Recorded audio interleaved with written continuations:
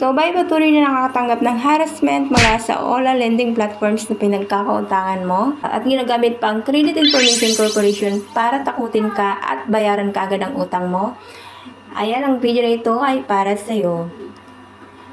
So, paalala sa publiko ukol sa paggamit ng pangalan ng Credit Information Corporation or CIC ng mga online lending platforms or OLPs at mga nagpapakilalang lender. Ika-10 ng Mayo 2024.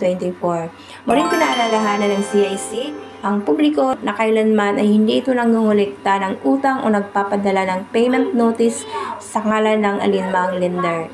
Tandaan ng CIC ay hindi nagre-resolba ng mga negatibong mga issue sa utang sa pagitan ng lender at borrower. Number 2, hindi kailanman nanghihingi ng anumang personal impormasyon mula sa mga borrower.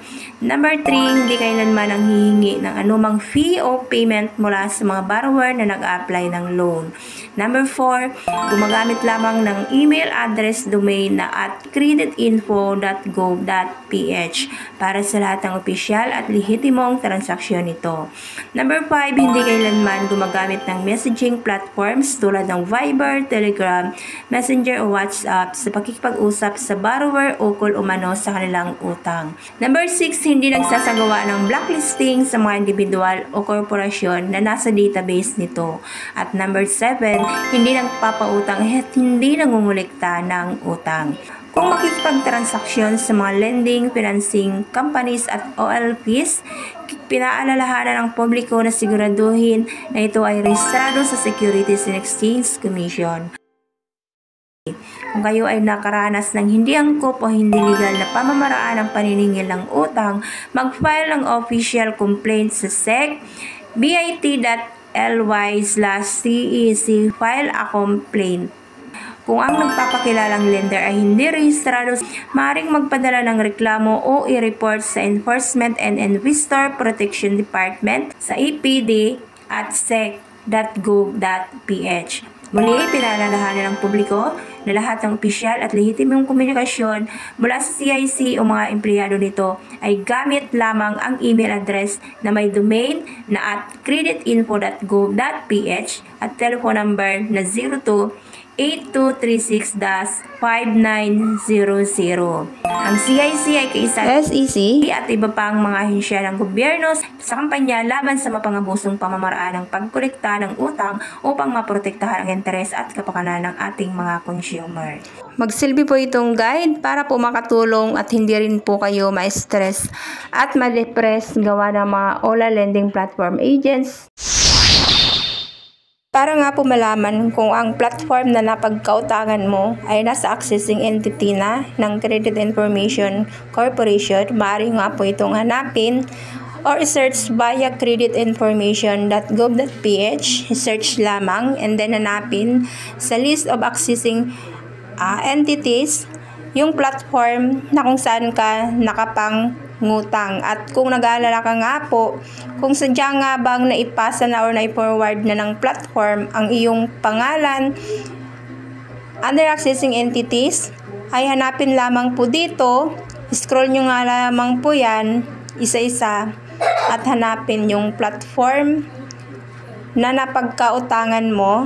So, ayan, so dito makita ko nga po yung mga nakapagpasa na or nakapag-access na ng accessing entity nila sa CIC.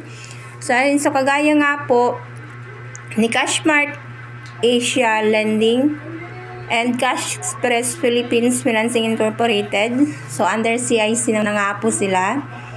And another one is, scroll down nyo lang po yan, Digito Finance Corporation. So, Cash Lending Incorporated, and so ito lamang po pinapakita ko lamang po sa inyo. Ito lamang po yung mga platform na natry ko ng hiraman ng pera, and then kayo din, so scroll down nyo lang po yan para po hanapin nyo